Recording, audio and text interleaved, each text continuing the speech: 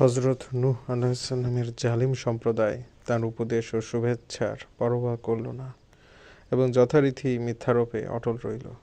হযরত নূহের দোয়ার পর তাকে শালগাছ লাগাবার নির্দেশ দেন মহান আল্লাহ তাআলা। ৪০ বছর পর একখানা জাহাজ বানাবার আদেশ দিলেন। তিনি সব ঈমানদার নারী পুরুষ এবং প্রতিটি প্রয়োজনীয় জীবজন্তুর একজোড়া করে সাথে নিয়ে জাহাজে ওঠেন। নির্দিষ্ট সময় হতে মহাপ্লাবন আরম্ভ হলো। একাধারে ১৫০ দিন পর্যন্ত প্লাবন ছিল। সমস্ত বেঈমান কাফেররা ডুবে মরল।